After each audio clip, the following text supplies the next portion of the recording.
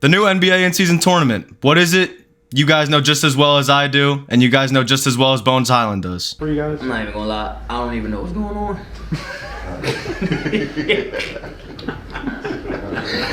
I don't even know what's going on. I don't even know how it works. Today we're going to try to break down whatever Adam Silver decided to pull out of a fever dream and create with this NBA in-season tournament.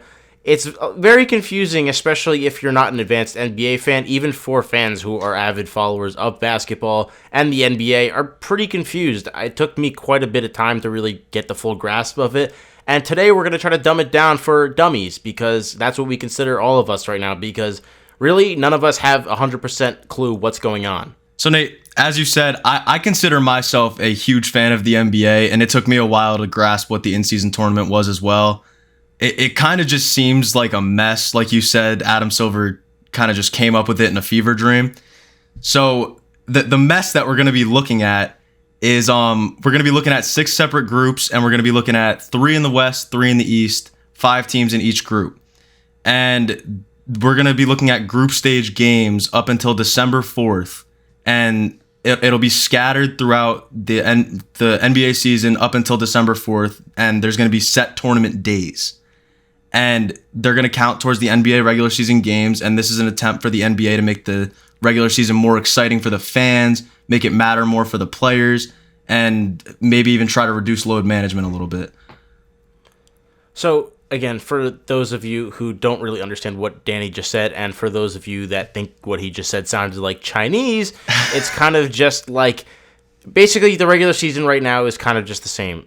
But throughout the regular season, they play 4 different games against 4 different teams in their group stage that, are scattered throughout the season. But the winner of each group stage, or whoever wins the most games out of those, 4 regular season games that they have, even though it still counts towards their record, it doesn't change anything to do with the normal regular season itself and the NBA playoffs. It has nothing to do with that, no impact on that, except for when those teams get to the knockout stages once that December 4th rolls around, then it starts to get a little more confusing.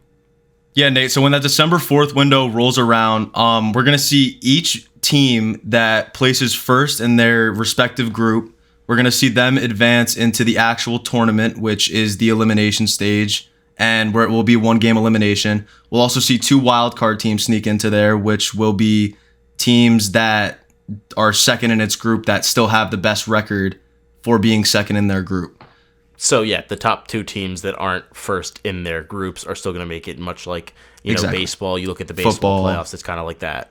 Yeah, baseball, football's like that too, except there's 3 wild cards. So if I'm wrong here, correct me, Danny, but then those teams that didn't make the knockout tournament at all, they get 2 more home games added onto their schedule that would replace the knockout tournament games, because, again, we talk about those knockout tournament games. They do count towards the teams that make the knockout tournament. Those games in the knockout tournament still count towards their record other than the championship game. The championship game would be a 3rd team if the 2 teams are playing, because, like we talked about, there's going to be 6 teams from each, and the first team is going to have a bye, I believe.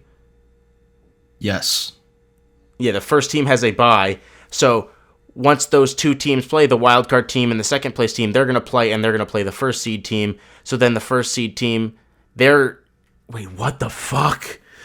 What the fuck? Adam Silver got you stumped.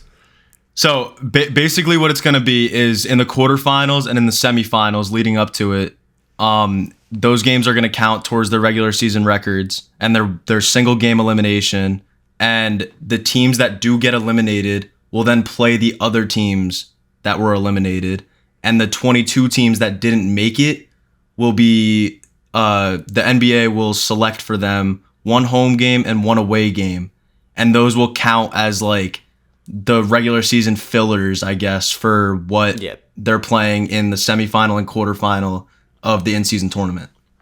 So yeah, let's take for the Hornets for example, because we know they're not going to be making the in-season tournament. You can take the Hornets and say they're going to just have, right now they have 80 of their regular season games decided. They still have games 81 and games 82 that are going to be decided later on once the in-season tournament is figured out.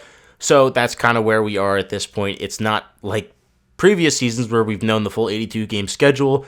We still do have the end of their schedules yet to be determined. So Nate, one thing that I think should be noted is that the quarterfinals, so the first round of the elimination stage, will be played in NBA markets, so the higher seed will get home court advantage. but the semifinals and the championship game will be played at a neutral site at the T-Mobile Arena in Las Vegas. Or Area 51, likely. That's actually where they're keeping it. They're not going to tell us that because the government is hiding secrets from us, and Kevin Durant is secretly an alien, but actually Victor Wembanyama is secretly that's an how they alien, made Wemby. Yeah, so the championship game will be held in Area 51, as I just said. So some may ask, what is the end goal of the NBA in-season tournament for these teams? Well, To win it. Well, no fucking shit. well, yes, but not only to win the tournament, but to win the all-new Larry O'Brien Cup, which is the in-season tournament trophy. There's also going to be, honors up for grabs with an MVP award on offer. So like they're going to have a NBA in-season tournament MVP. There's going to be cash prizes. There's just going to be a prize pool for the players. It's so confusing. This is stupid as fuck. I don't care. Like, it's just stupid. It's stupid. It's fucking stupid. No one is going to care about this. If you look back at NBA history, it's going to be so difficult now to compare people's accolades with the other ones because really, even if you win the in-season tournament, are fans going to actually give a shit? Because I'm going to say no. Because let's say the Clippers win it, who haven't won a championship in their, 50 years of existence almost at this point, or 50 plus years of existence?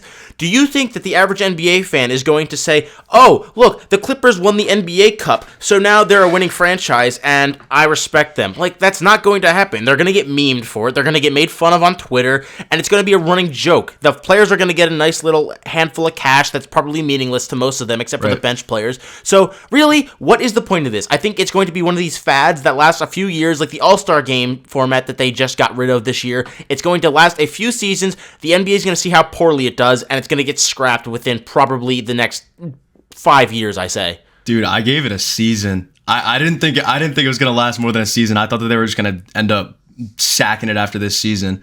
But it's dumb. One thing that just confuses me so much is that they state that the winner, there's going to be a prize pool, but I want to know more about, what's in the prize pool. I want to know what the players are actually competing for to see if they're actually going to compete or if they're not really going to care because the prizes aren't anything compared to their deals. What it sounds like is just money, which is, okay, cash. Let's say you're Karl Anthony Towns, who makes $62 million in a year, even though average 16 a game. 38% from the field. Yeah. So let's say you're Karl Anthony Towns. Do you really give a shit about $1 million? Probably not. Like, you can get that from any other endorsement deal. Jamba Juice will probably give that to you for a few seconds of a commercial. So you can go do that rather than playing this stupid tournament that no one cares about.